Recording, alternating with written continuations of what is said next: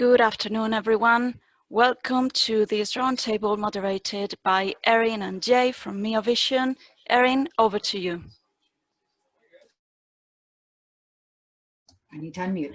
Thank you very much. It's great to be here. I want to say thank you to Move America for organizing and giving us this opportunity to have this conversation today. In a moment, you're going to meet a phenomenal group of panelists. I think we must have 200 years of experience among us. We've been having a brief discussion, and there's more to talk about than I think the conversation will allow today. I want to invite any attendees to participate by either putting your hand up, and then Lucia will let us know that you want to add to the conversation, and you're welcome to post in the question and answer, and we will make sure that we're getting to those questions throughout the panel. My name is Erin Skimson. I'm the VP of Product Management at Miovision. We build intelligent solutions for traffic data collection and analysis, mostly in service to excellent management of traffic signals. I love my job because I really get to tackle big questions in the world, interesting questions about how are we using technology and innovation to actually create a better and more livable experience for citizens. So it's it's fun to have passion about this, and I get to have good conversations with folks that we're going to meet today. So today's discussion is around how is the world shifting to the Internet of Cities model. So first, I think we need to know what exactly is the Internet of Cities model and why does it matter? I'm going to give a quick overview, but I know that each of the panelists also brings their own viewpoint, so I'll invite them in a moment to share that. Global population is expected to double by 2050, and WHO would tell us there are 3 million people a week moving to cities. Certainly, Diana, we talked about, you've got, as a director of transportation, you're now managing an influx to an infrastructure that was never meant to sustain this kind of burden. And so intelligent and sustainable technologies are certainly one way that can help support that demand, but only if we're thinking about the needs of citizens. And this has been expressed by all the panel members as well. So the Internet of Cities, which I would equate to a smart city or Internet of Things, really brings together technology, government, civic interactions, business, and society to use data and digital technologies to deliver outcomes that are relevant and impactful to communities. And so we're going to hear a lot today about how are cities moving in that direction and what are those impacts, because it's the case studies of the actual impacts that I think are most interesting. The stories of how is this actually changing people's lives? How are we making our cities more equitable? How are we offering opportunities for mobility, new ways for economic development to prosper, driven by innovation, but for the purpose of actually serving our communities. And I think municipal leaders are noting that smartness is not about the technology, but actually about the people who deliver it and the people that it serves. And so today I'm going to invite panelists to talk about this. How is this evolving in your city? How is it evolving in your organization? How is the evolution of access to data and access to technologies enabling those outcomes in your cities? So I'm going to ask each of the panelists to introduce themselves and give us a view of why and how this topic is important to them, either as individuals or in their cities. I'm going to start with Diana, please. Okay.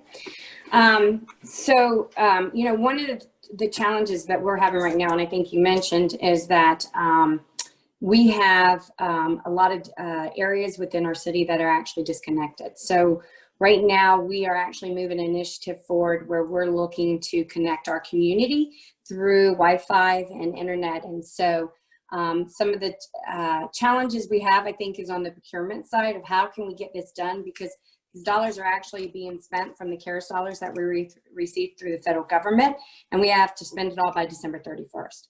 So one of the things that we're looking at is how can we move this process forward so that we can make sure that we are setting up Wi-Fi that's going to allow service to our most vulnerable areas within the city of Tucson.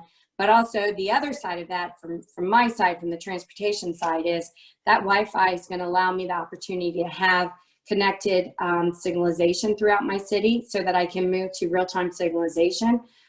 Which is really important because we use our local roads. We don't have any major highways or interstates that actually help move a population of over 1.2 million within the Pima County region.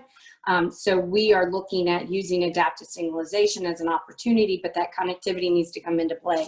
So the technology that we're using is allowing us to really think about moving forward and how we can best practice providing to our most vulnerable community, as well as also meeting our transportation initiatives.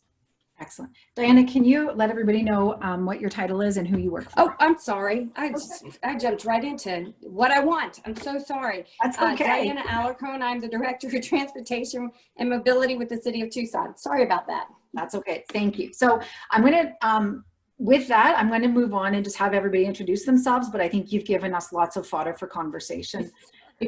That's okay. I misunderstood the question. So bad. Okay. Sorry. No problem at all.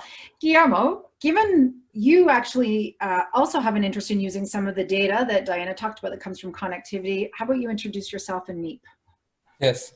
Hi. Hello, everyone. Thank you for inviting us.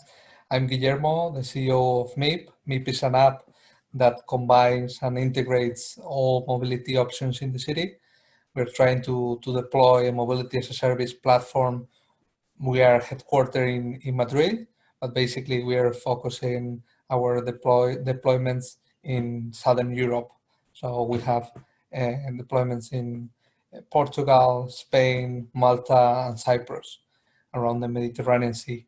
And basically for us, once we try to make the mobility or the transportation side of the city smart, we need to connect also with other data and information sources to provide a better service for our users, because the connectivity of mobility modes not only ends when we connect the services, but there's a lot of things. Thank you. So, you know, that this leads to an imperative about economic development. And Dominic, maybe you can introduce yourself, because you certainly play in that area as well. Definitely. Hi, everyone. Dominic Popham. I'm the Vice President for the Smart State Initiative at the Arizona Commerce Authority. So the Arizona Commerce Authority is the state's leading economic development organization, help lead the governor's economic development policy and programs. However, I will admit that I'm a city guy. Used to work for the city of Phoenix and always have, done all my education in urban management, city government. And so my role at the Arizona Commerce Authority is really to look at how do we start to connect and align the technology and innovation strategies for all levels of government in Arizona to not only help us solve challenges that our cities and citizens are facing, but also how do we drive next generation economic development. So I think I'm excited today to talk a little bit about connectivity of people and organizations, cross-sector, cross-jurisdictions, and cross-industries, and how we're redeveloping governance models that enable us to solve challenges at scale and drive economic development. I love it. Thank you. Karl, maybe you can give us a perspective of, Dominic talked about the importance of that collaboration across the state or kind of at a meta level. Maybe you can talk a bit about what you do in Austin and how Austin is achieving that within the city. Certainly. Hello, everyone. Karl Popham with the City of Austin, specifically the city's utility, Austin Energy. Austin Energy is the third largest city-owned utility in the United States. We've been in business since 1895. So my role is I lead our electric vehicles and emerging technologies team. And in context of smart cities, I also co-chair our community climate plan on transportation electrification and our smart cities working group. And a lot of what we look at is it's kind of hard to nail down one specific thing. I have right now 30 active programs and projects that the team manages. And those projects really address kind of 4 key areas: is the environment, the financial health of the city and the utility, customer experience, and equity. So those all play a role. And I would say one of the fundamental things, I'll just kind of pick climate as a way, is it's important to us in the city of Austin that next generation mobility removes all the emissions, both tailpipe and CO2 for climate change and clean air. Just remove that out of the equation. So a lot of our role is equitable, ubiquitous infrastructure that's more and more powered by 100% renewable energy is kind of the overall strategy. So we have a lot of programs and pilots in that area to include 10 different grants, both federal grants, state grants, philanthropic grants that the team manages as well to include that partnership. And anything we do at the city, it takes a village. There's nothing that my team does in and of itself. So I would say we work very closely with other sister city departments to include our transportation department, sustainability office, city fleets, and others, as well as other stakeholders. We have close relationships with academia, and then of course the companies that have the innovation everywhere from, I have a team that manages specific pilots for startups, all the way with big companies doing big innovation stuff, and how we can incorporate to make the city more livable. Thank you. We may come back and ask about some of those grants, as funding tends to be a hot topic. There's a lot of grants out there. You know, if budget's your issue, it's hard to not align with the grant. I think I've completed or currently working on 14 over the years, been a principal investigator in most of those. Grants are pros and cons. Not all grants are created equal. There's a difference between a US DOE grant that has specific clauses versus a philanthropic grant, and then all things in between. But yeah, happy to talk about yeah. grants. We may come back for some tips of, certainly if you've been involved in 14 of them, you've been successful over the years. So we may pick your brain. We'll come back and pick your brain about that, I think. Elliot, can you talk to us about your role in Minnesota and how it ties to this topic? Yeah, my name is Elliot McFadden. I work for the Minnesota Department of Transportation in the Office of Transit and Active Transportation. I am the coordinator of the Greater Minnesota Shared Mobility Program, which is brand new at MnDOT, just started this year. And I work with our 36 transit agencies in Greater Minnesota, so essentially all the communities outside of the Twin Cities, to identify opportunities to implement shared mobility and other kinds of technology to improve service. And because I work with a variety of different communities, everything from regional, fairly dense cities like Rochester and Duluth, to very rural areas, there's a lot of overlapping challenges that we see that we're looking at technology to help us with. You know, one, we have a limited number of providers compared to a large urban center. So, you know, how do we maximize the delivery of those services? We have an older population and a fairly large percentage are disabled. So there's accessibility issues with technology. How do people interact with that? And then we have just the actual conductivity itself. Some parts of the state have really bad cell connection, and you can't get a good internet connection to get the services. So we're looking very much at mobility as a service and other kinds of technologies, looking at digitizing a lot of the services, the information about the transit and other kinds of shared mobility services we have, which right now, there's no way to see in an electronic format, in a trip planning format. We're looking at that as a way to better coordinate services, because when we have a limited number of providers, we need to maximize their utility so that people aren't waiting long hours. We need to look at a better experience when people are actually placing their trip instead of having to be on hold or not knowing when the service is going to arrive.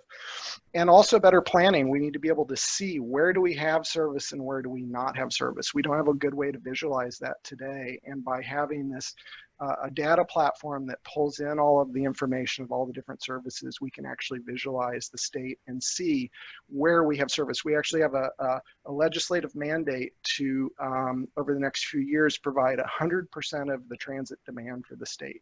And so for us to be able to meet that, we need the tools to be able to see where we have service and where we don't. And we're looking for data flows and the interconnectivity that comes with all these services to help us meet that goal. Okay. I'm going to follow up with you about the legislative mandate. So there's a legislative mandate. So in the how our city's evolving, what resources come with that legislative mandate to enable this goal to be reached? Well, that's a good question. Often we get unfunded mandates from our legislators.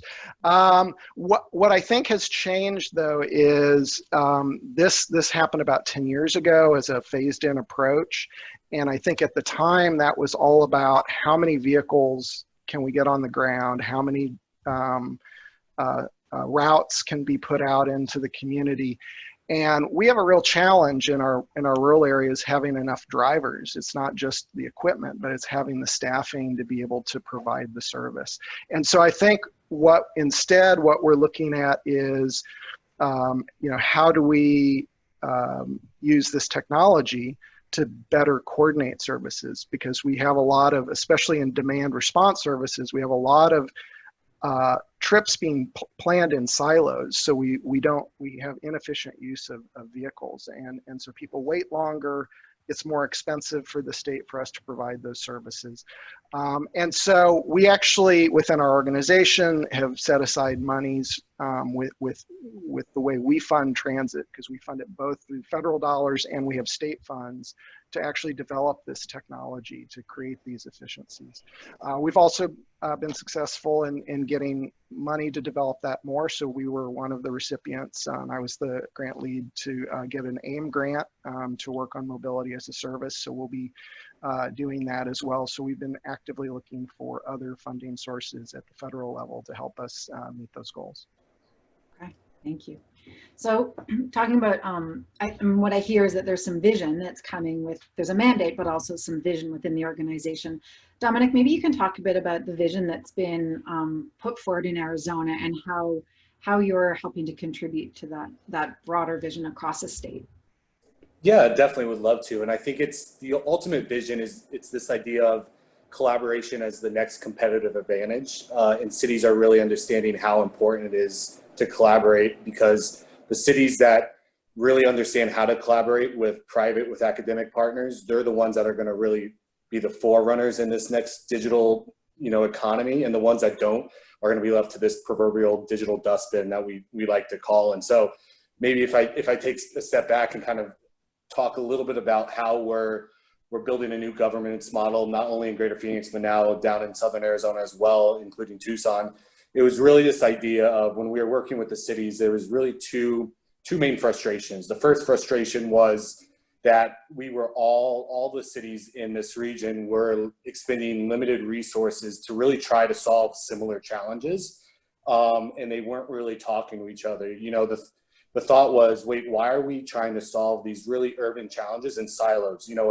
Traffic congestion doesn't start in the city of Phoenix and stop when it hits the city of Tempe. A pothole in Glendale is pretty much the same as a pothole in Goodyear, and even trying to connect a low-income student in Mesa is really the same challenge as trying to connect a low-income student in Avondale. And so why are we all expending really limited resources to solve all these same challenges? And then the second real challenge was economic development. How can we attract and recruit technology investment into our communities that's really going to help us thrive and help us solve these challenges? And so what we started to think about as a region, we got together mayors, the governor's office. We started to think, how are we going to compete and how are we going to solve challenges at scale? And what we realized is that our competitive advantage was who we were. So we realized that we're the 4th largest county in the country. We've been the fastest growing county for the past 4 years. We've got the #1 largest public research institution in the country in Arizona State University. We've got the #1 largest community college district in the country. We've got some of the leading technology companies here, but none of us are really working together to solve these challenges. So the thought was, how could we get these organizations to think together, act together, innovate together, and then procure technology and infrastructure together and really outscale everyone that's focused at building smart cities and try to build a first smart region. And so that's exactly what we did. And so in November of last year, we've launched what we're calling the Phoenix Connective. And it's 23 communities, cities, towns, and a county. It's Arizona State University, it's a community college district, and it's leading technology companies like Cox Communications, Dell Technologies, Sprint, which is now T-Mobile, to really try to solve these problems at scale. And so what the Connective is, it's building that unified leadership structure to really drive innovation through collaboration and empower governments within the region with the mechanism to create, develop, and deploy emerging technologies across jurisdictions, across sectors, and across industries. So what we like to say is it's, on the economic development side of things, what we're building is the 21st century digital proving grounds that allows governments, industry, and academic research institutions to really collaboratively design and develop these new technology demonstrations that can advance solutions to public challenges, have a measurable impact, and really the potential to scale. And that's really what we've been trying to do here, is build that new governance model that allows these people and organizations to come together to solve challenges at scale. And what we've been excited since we started the Smart Region. I have since moved on to the state, and momentum continues to build. As I mentioned, not too long after, the Southern Arizona started to form their own Smart Region with the city of Tucson, the PEMA Association of Governments, and other partners down there. And actually now we have 2 smart regions starting to move forward. And what's even better, I would say from a state perspective, is those 2 regions, our 2 largest metropolitan regions in the state, are now starting to actually work together to start to drive initiatives at the macro regional scale, right? They're actually coming together to look at a 5G project right now. And so this idea of collaboration as the next competitive advantage, I think is really gonna be what drives cities in this, this Internet of Cities kind of movement that's moving forward. Yeah, congratulations. It's a massive feat, and it's really exciting to start to see it proving out. Karl, I'm wondering, so we've heard from Dominic that the collaboration is the next competitive advantage within regions. You talked a lot about the collaboration that happens within Austin, and you're coming from Austin Energy, but talking a lot about how the work that you're doing is contributing to the future vision for transportation. Maybe take us through how Austin works together, to look at achieving the goal that you had painted for us. Well, certainly. I work with a lot of other city departments and stakeholders throughout the city, community, civic, academia, industry, other departments. And so, I mean, let's just actually talk about grants as a collaboration tool. Let's just get two questions in one. Nothing brings people together quicker than going after a grant. So I've been involved with 14 grants, and there's 14 that we won and 2 that we lost. I probably learned just as much the 2 we didn't get than the 14 we did. And let me just tell you a little bit how collaboration works in grants. So first, it's all about putting together winning. If you want to win a grant, put together a winning team. Play to your strengths and other strengths. Don't we just want to get that. The quickest way to not win a grant is greed. Well, we can do that. We can outsource, but that's going to come to us. No, get the other players who have a strong strength. And then focus. What I also found with grants, a lot of grants, they look at themselves as the portfolio manager, and you're a project. So be very specific. Don't try to solve 4 or 5 bigger issues. Be very specific so they can look at you as part of their portfolio. Don't give them a portfolio of projects you're going to do. Most people think grants is about budget. I'm going to tell you the dirty little secret here at the City of Austin, at least for me. Budget is number 2. The number 1 reason why I do grants, schedule. By accepting money, you as a city, your highest sign on the dotted line, by accepting your money, we're going to do this thing. We've already identified these partners who are going to do it, and we're going to get it done by this date. So internally, it prioritizes your work above and beyond all your peers, because now you have grant funds associated that you could potentially lose if you don't meet that schedule. So that's why I do grants, is to have that competitive advantage among my peer projects. Is, hey, I'm a grant funded project, and we don't want to slow it down. I'd say that the last kind of best practice there, a lot of grants is repeat business. I think I've been a principal investigator now on 5 U.S. Department of Energy grants.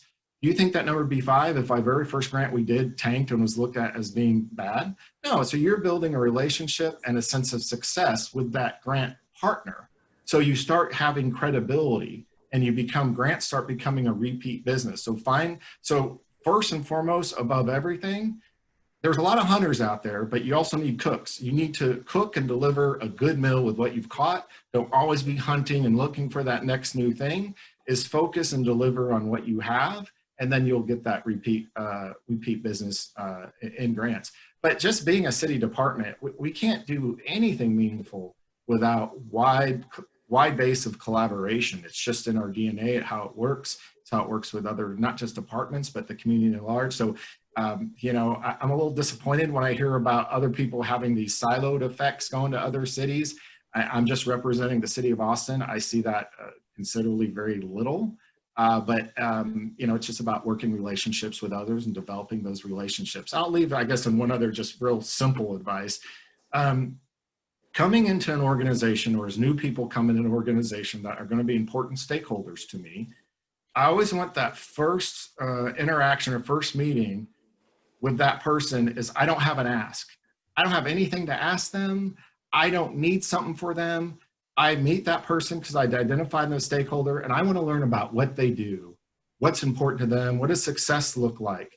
So then meeting 2 or meeting 3, when you have a collaboration ask, in their mind, they're emotionally thinking, oh, Karl knows me, gets me, now he's coming. If the very first time you ask someone, oh, I have this and I need you to do this and task, you're now compartmentalized in their brain as someone who needs something and you're a task and they're going to treat you like that task versus, oh, this person gets me. This is someone who I kind of like working with. Now after the 3rd meeting, oh, let's work together. There was a synergy there. So that, I guess those were my nuggets of grants and collaboration. Karl, I'd like to hire you to be a guest speaker for like Business 101 for any business. Sure. Reminder cities or smart cities. Like, you know, I think you're painting a really, yeah, an excellent path to success. But it's like clearly you've been able to accomplish that at Austin and within Austin. And it's, you know, I admire what you've done and where it's taken you, and also the opportunity. You said, you know, the fact that what Austin Energy is currently able to contribute and will continue to be able to contribute will increase in value as the city's departments are working together to use technology to become more efficient and effective. So it's, you know, the benefit again comes back to you were very clear about this in our pre-discussion, that the benefit of this is to the citizen, and it's about, you know, ensuring that equity is being managed. You said the environment is being managed, that, you know, you're able to ensure that you've got a livable city for citizens. And so it's all the things you talk about contribute to those end goals beautifully. Thank you. Guillermo, I'm wondering if you can give us a bit of a European flavor of, you know, we've got a number of American cities represented here, but in Europe, you talked about cities that you've been able to be successful in with your business are ones where there's actually some private management happening. Maybe give us a bit of a description of that, please. Yeah, well, I don't really know so well the administration as you guys, so I will more or less talk about our perspective from all the innovation approach that some of the cities are performing. And in our case, we have seen that, of course, in Spain is a very centralized approach in terms of innovation and how all the cities are structured. Some of the innovation funds or grants are carried out by the European Union. So the harmonization process is very similar in every city, but it's true that even though we are much smaller than the US, we have very different approaches from, for example, Barcelona has a very public approach rather than Madrid is much more pro public and private partnerships. And we have find our solution, mobility as a service, more acceptable, or we have more well, the process for us is easier in those cities that some of the main activities are outsourced to private companies. We believe that those private companies, of course, they have a business model that sometimes part of the fare is subsidized, but even with that in mind, they're willing to take the risk to go into new projects, new innovative projects that sometimes they're not as profitable as other projects, in order to test that technology on the field and try, and well, they will be able to apply that mobility as a service technology to other cities or to other operations that they have. For us, I think that approach is really useful and allow us, of course, to get into the cities. And it's true that sometimes when you made an agreement with that type of operator or partner, you immediately get to know the public side, the municipality, or even the agency of the region, and you have a much better approach, and you are also have the open doors to an RFP or other types of access to public contracts.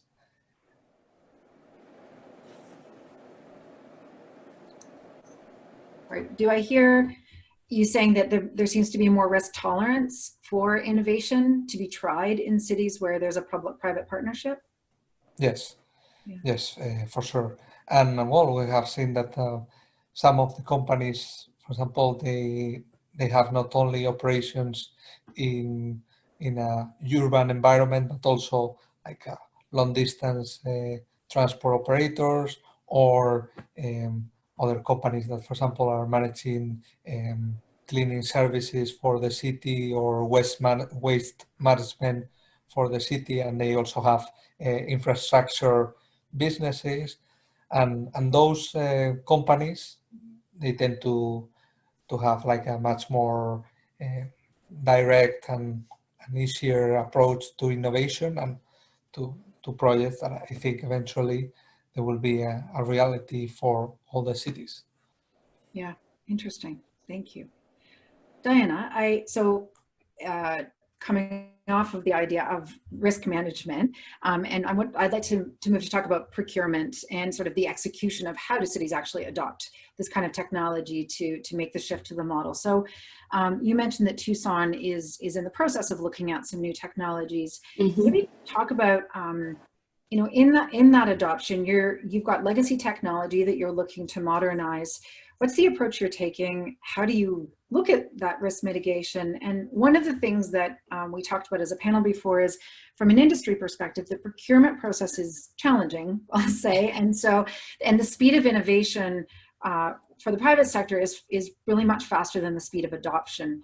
So, how do you ensure that what you're going to be delivering to your city is the latest and greatest with some of the barriers of procurement in place? So, thanks. That's a great question. So I think one area that we are looking at and approaching technology from is where we're asking the technology community, depending on what we're working on from that aspect, for a request for interest. And what that allows us to do is really look at what the technology they offer, which one's going to give the best bang for the buck, in essence of being able to integrate in some of the legacy, but also advance us to moving into the 21st century and allow for that flexibility in the technology as we move forward.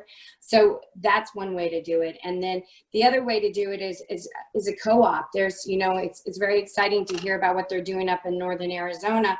And the idea of that co-op, because that co-op allows us to kind of piggyback off of each other. So if there is something out there that you're doing, it allows for you to actually maybe take on some of that technology and apply it and use that procurement practice to bring it forward. But I think because the technology is advancing so quickly in all fields, not just from a traffic, but from a transit perspective, just from a connectivity perspective as a whole, I think doing it through a request of interest is allowing you to get the best technology, not necessarily putting the focus on price. And so, I think that's a way for us to sort of make sure that we're finding that flexibility. Can you talk more about the co-op and what that model looks like, and what the benefits are that you see? So the opportunity that you have there is, for example, so governments, all different, every municipality or and state level, even federal level, all have sort of a different practice. So a co-op can pull themselves together and say, hey, as a group, we want to go after some particular procurement practices, or we want to go after a field. And you kind of put together the regulation, and then you open up and you list all of the different things that will apply, but here's the regulation you follow. And then that goes out as a whole. So really what that does is allows the companies to look at it more in a larger volume.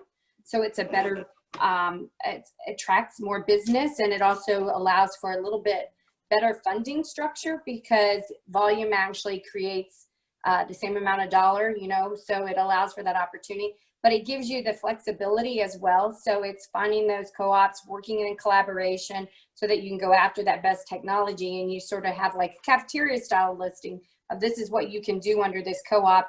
Here's the regulations, the procurement regulations that were applied, and you just sort of check that box and you can sort of go and grab. And it allows you to really move those instruments forward quicker and in a more expedient manner as well.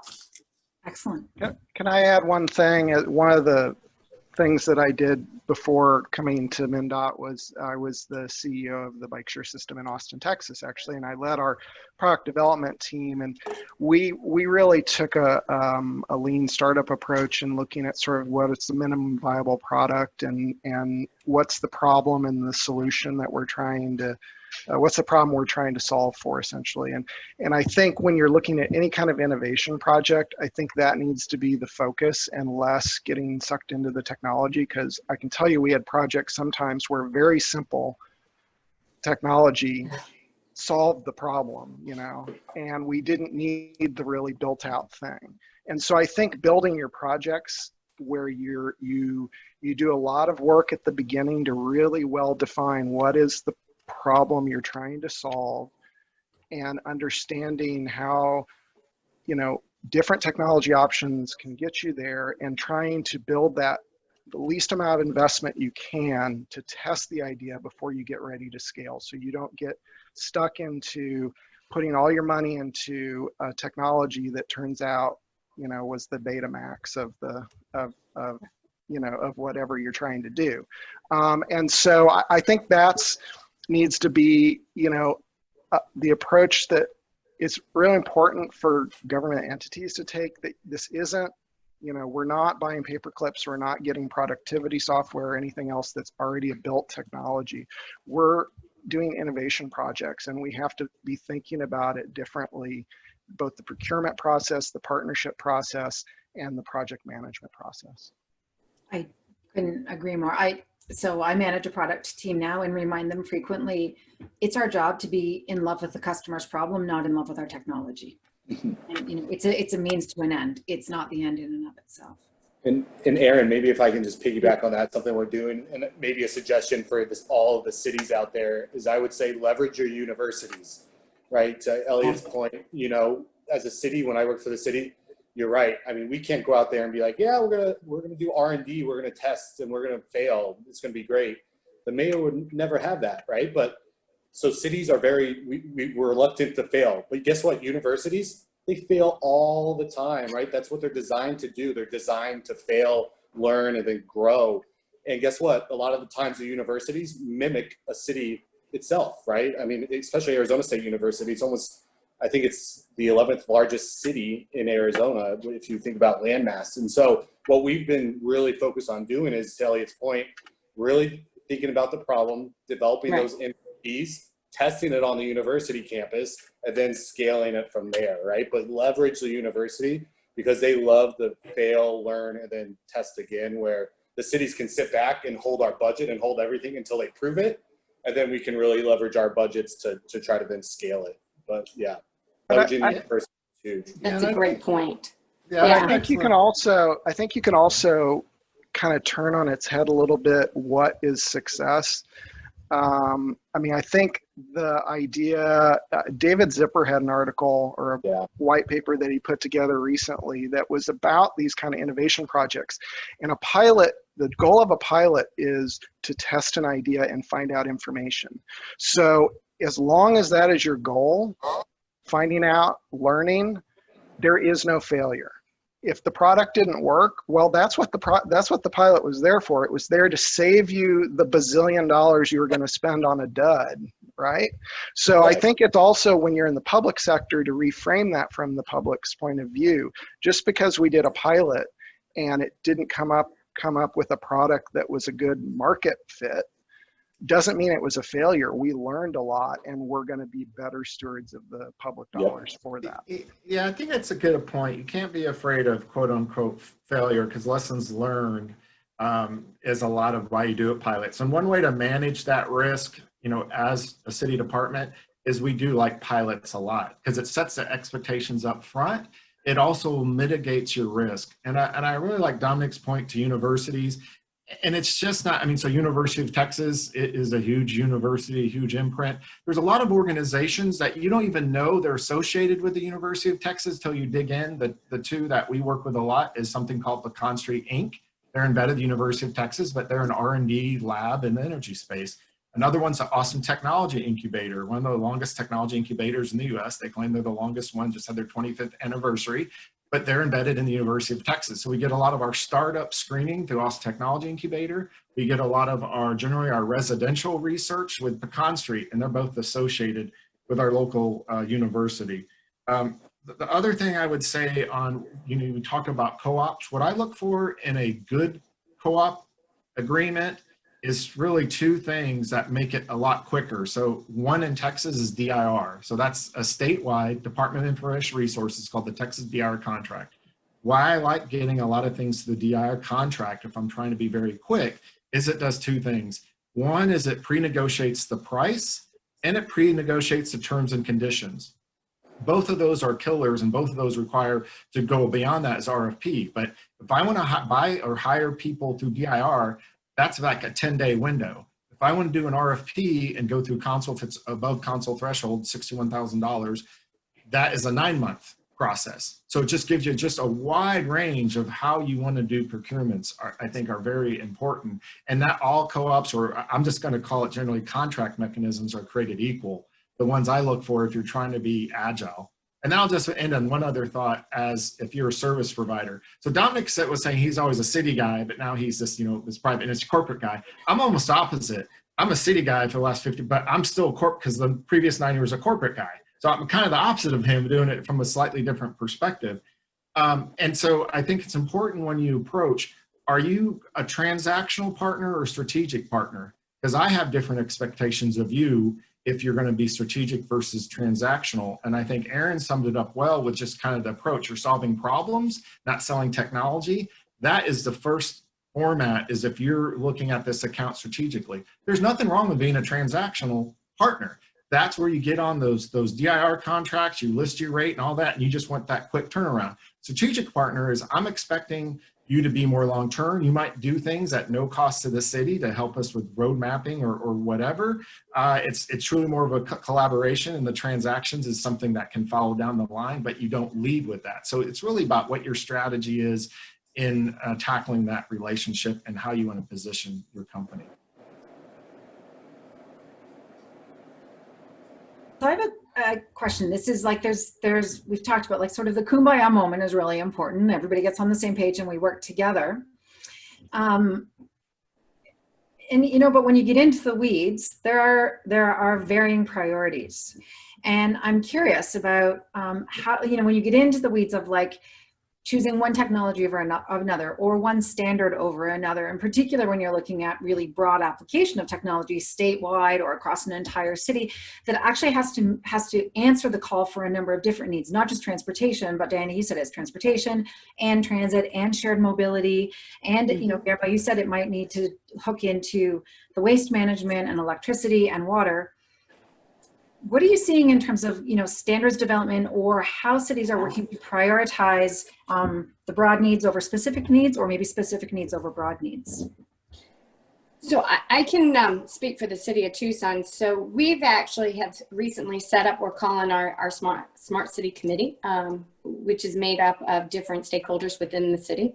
And so we have as you mentioned, our water director, our IT director, transportation, our environmental service, which handles our garbage and our recycle, and police and fire. I want to make sure that, I put them at the table too.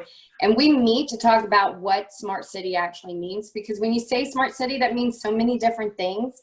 Like it means a whole nother thing to me from a transportation perspective than what the fire chief thinks of it, in a sense of being able to improve his response time to the residents of our community.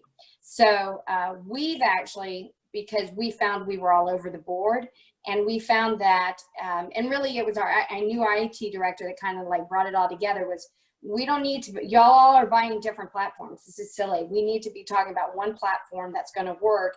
And then what are the components that support that one platform?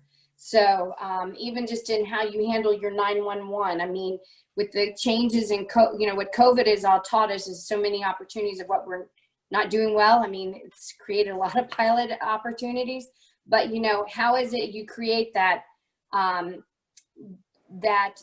availability to the community through your 911 system?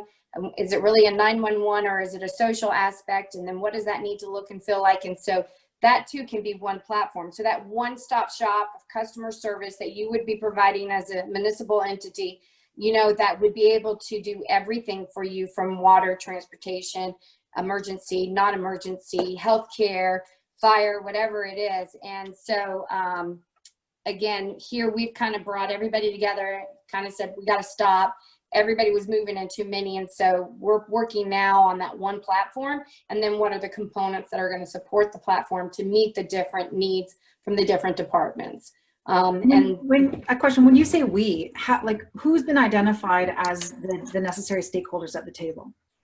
So it's internally, and then we do have some external outreach. So, as mentioned about using your local universities, because they offer some great research and technology that you're not quite aware of, and they're willing to experiment. So we actually, some of the stakeholders we have involved is the U of A. I mean, I work very closely. I'm going to give a call out here to the University of Arizona down here in Tucson, and we actually use them for many of our transportation initiatives out here. One of the folks, something that we're sort of actually adopting off of the city out of Phoenix or out of the northern region, is they have actually been able to experiment with this automated delivery program, and they are having some great successes. So we're like, well, how can we get to an automated scenario here, and what would it be? And so we're actually getting ready to test our streetcar with it being run automated and versus requiring a person behind steering the streetcar, because it runs on rails. So we're getting ready to do this great technology practice. Well, we were going over here and doing it this way, and our IT guys like, well, wait a minute, y'all don't need to be doing it that way. We can tap into this and this. So again, we've pulled away from the silos, brought everybody. So a lot of it's internal, but we do have some external, which is, of course, bringing in, our partners, which is the University of Arizona that's helping us with leading this innovation, as well as those folks that are going to be most impacted by it, which is our transit folks, and as well as our downtown folks and businesses. So how does that look and feel? And that's how you start having the conversation. But it does need to start internally, because we have to break down our own silos within the city. Beautiful. Erin, I think to your question about standards, so one of the things that I did previously was I was a co-founder of the North American Bike Share Association, and we established the data standard for bike share, GBFS, which is the equivalent of the general transit feed for micromobility. And that only could happen by having that kind of organization where you had government policymakers, private vendors, operators all agreeing on what would work. And I think the way transportation is today, I think that's a really good model because we have so many players. Now, Yes. We're working now at MnDOT and several other entities around the country on a standard for the transactional data for demand response, which is a really important piece of technology that needs to be developed so that we can better integrate all of the human services and non-emergency medical transportation, because those are all completely siloed and don't talk to each other and are very inefficient. And there's very much an approach of we're going to talk at the governmental level, but we're going to be involving private sector folks, operators, so that it works for everyone. Because if it doesn't work, if we all just demand it but it doesn't work for people, then we're not really solving the issue. And so, what we can then do at that point on the government side is, once we have something we can all work with, then we can write it into our RFPs and we can say, you got to use it. And then it becomes the standard for the industry, right? But until we do that work that makes sure it works for everybody, we can't just demand it. Yeah. And it's an interesting chicken and egg. So coming from the industry side, you talked about Betamax, let's talk about for V2X communications, are we going DSRC or 5G? So we're in the business of communicating between various aspects of the transportation system. Where do we put our eggs, right? And we're not a massive company. We have very targeted research dollars. I don't want to go down the wrong path and end up on the Betamax side of the argument. And so, that like involving industry in that discussion to ensure that can we also provide pilot products, and again, for a minimal viable product that we can maybe we produce one of each, and then you work with industry, right, to be able to, but then we need the pilot programs in cities to be able to say, hey, what actually works best for everybody, according to the needs you've recognized or that you've identified. So I think, that back and forth between what are the city's needs and then how does industry actually meet that need is an important partnership. And hopefully if you collaborate like that, you avoid competing standards. Like part of the problem when you have the competing standards is you're not getting the leadership from the big gorillas in the room, which in transportation is going to be DOTs and transit agencies and the folks that have the dollars, right? And we're waiting for the industry to do it. Well, we got to both be at the table to make it happen. And if we're all actually working collaboratively on that, we can avoid the competing standard situation. I think one way you as a city can help promote the standards, I'll use our Shines grant as an example, is when you put your winning team together and your approach, you pick a standard and it's a standard-based solution. And that way that helps send a signal, and at least to your partners, and helps give them a funding stream if they're going to participate in this grant, that they have to be compliant. We had to kick off some pretty big players in our industry as we started moving forward in the grant because they weren't demonstrating that compliance with the standard we all agreed to up front. So that helped bring in players and fund players for their product piloting and ultimately commercialization in this standards-based approach. So once again, we're tying in kind of money with collaboration, and then you just make that as a core tenet of what you're trying to do, and you're promoting these standards, and we're going to be a standards-based solution. Guillermo, are you seeing certain standards evolving in Europe that either is helping to guide your business, or is Meep helping to guide standards that are being adopted in cities with respect to data sharing? Well, we always, when it comes to the standards, in the public side, as someone mentioned, we are using the GTFS file that I think most of the public bus and metro operators are using. But we have seen like different approaches in other types of modes. But we always encourage the municipality to have an open data system or backend at the end where everyone with any standard can plug in and can be compatible with the end user solution. Because we believe that unless you're a very big player that you can like really change the industry and be like the dominant one, it's difficult to set a standard for companies that are really new or changing a lot. For example, when it comes to transportation, we have seen that a big industry adoption alongside Spain was the MyFair chip. That was an NFC validation system.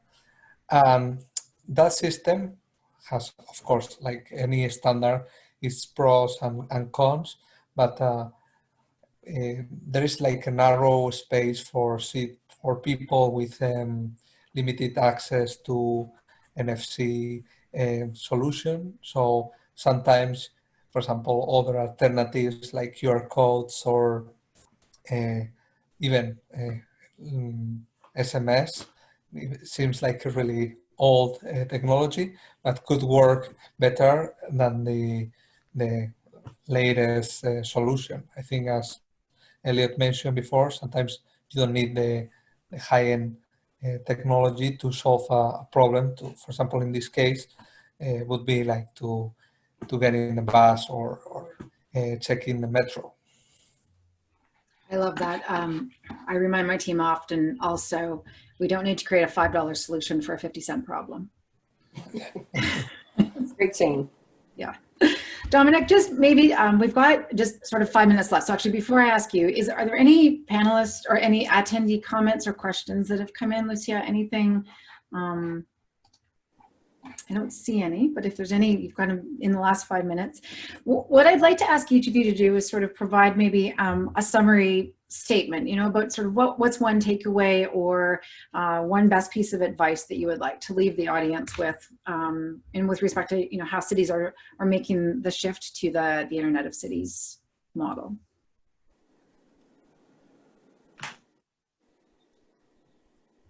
Karl, you made noise first, so I'm going to put you on the spot. Oh, I made no, I didn't mean, I will end with this. And just working with cities and larger organizations in general, you know, I already talked about the first time you meet someone, you don't want to have an ask. If someone new, because there's a lot of turnover and someone new comes in the city, you know, the city CIO or the chief technology officer or someone like that, like, oh, that would be a great person. You need to get on their calendar within 30 days of them being new. Don't let them get entrenched into a new position 12, 14 months where they're already starting to think of they have all fresh ideas. They're all shiny and new, and they're just like an open book. And I even internally, I do that as well. There is a key stakeholder that I know that function is a key stakeholder of mine. I don't do it the first week. I'm right around week 4, week 5, and I at least do it 1 to 2 weeks in advance. Hey, I just want to give you an executive briefing on these emerging technologies thing. It also puts you in alignment with insert name here. That's important to them because we've already briefed them, just so you kind of know what they know. It gets accepted 100% of the time, and then you start the relationship there. Be quick. Beautiful. Thank you. I'll chime in and say, dealing with any innovation project, set out a hypothesis of what you think that this technology is going to do before you start, and then hold yourself to that at the end of the project. When you're making decisions on whether to scale or pivot or abandon the project. It's very easy to fall in love with the technology and the idea and ignore the fact that it's not performing. And if you set out that idea, you know what it is you want to accomplish, what you think it's going to do, and hold yourself to that, then you'll save a lot of heartache in the long run. And you can actually, if it's just a small problem, you can address it then. But it's really easy if you don't do that to just kind of only see the rosy parts of the project and ignore the shortfalls, and painful experience in many projects. But the projects that have succeeded and done well are the ones where we really defined what we were trying to do from the beginning. Excellent. Diana? So, you know, I think there are so many people out there that are great resources. And if one have an opportunity to attend virtual or in person, is that opportunity of networking and learning what everyone's doing. I mean, even in this just last hour, I have folks that I'm going to be reaching out to talk about their innovation, their practices, their standards and everything, because you may be just at the beginning of something and they may have something that's really going to help you move along quicker. So I think it's important to make sure that you have that network, you understand what it is, and not be afraid to reach out and find their successes and their failures to be able to include it in whatever approach you're making, especially when it comes to technology, because it is so rapid and it is moving. And some folks have had the advantage of being able to move on it quicker than others. And so take advantage of those opportunities, talk to those folks, find out what they did, and, you know, capitalize on it. It's okay. You don't have to reinvent the wheel every time. Yeah, that's good. I mean, that takes you got to let go of your ego a little bit, right? But it's but I've been writing stuff down for the last hour, so I'm going to be calling on some folks. Great, Guillermo. Well, I think the Diana's perspective from networking, I think is true, and also, well, I think from all the comments that we share today, I think it's very useful to understand that collaboration is key to foster innovation. And from my perspective, there is a entrepreneurship perspective from a small company. I think we are not afraid to talk with administrations. And I think nowadays the open approach is shared between like the people in the US and here in Europe, and anything can be done, but you need to find the right approach, and also the connections within the transport industry are key. Great. And Dominic. I think just to hammer home, it's all about collaboration. These seemingly insurmountable challenges that we're facing today are going to require an unprecedented level of collaboration. So be open, be willing to talk to people. It's your housing department. It's no longer a HUD housing project. No, that's now a connectivity project. That's a last mile transit project, right? And so you can no longer just look at one project as a housing department project. You really have to be able to break down barriers and build up partnerships to solve these challenges that we're facing today. And so I think have that growth mindset of, I need to talk to people to really understand the challenges in these projects, and then build, to Karl's point, build that awesome all-star team and go nail it. Absolutely. I'm going to add one more. So while I manage product now, my background is in marketing. And I think the fact that we now have access to data through connectivity means you can tell incredible stories and success stories backed by data. And that sort of a qualitative story, but backed by some quantitative results, make it pretty compelling and sort of make the impact impossible to ignore. And to use that storytelling, that positive storytelling, looking at the results, it's the success begets success. And so use those results to hit home and reiterate, hey, the investment that we've made in connectivity has resulted in this outcome. Here's the quantitative measure. We need to double down and continue to make that investment. And I've seen a number of cities be very successful with that approach. So I would lean into the marketing arm of things as well. It's an important piece of your promotion. With that, I would like to say a huge thank you. I feel really inspired by the group of people here. Just the backgrounds that you bring are phenomenal, and the excellent work that you're doing. Thank you for that, and thank you for taking an hour out of your busy schedules today to talk to us and provide this valuable conversation. If there are, I would invite through the Move America site, you can connect with any of the panelists if you have follow-on questions, and I'm sure that they would invite you to do that the same. And with that, thank you and have a wonderful day. Stay safe, everyone. Bye. Bye now. Thank you. Bye. Bye. Thank you. Bye now. Thank you so much.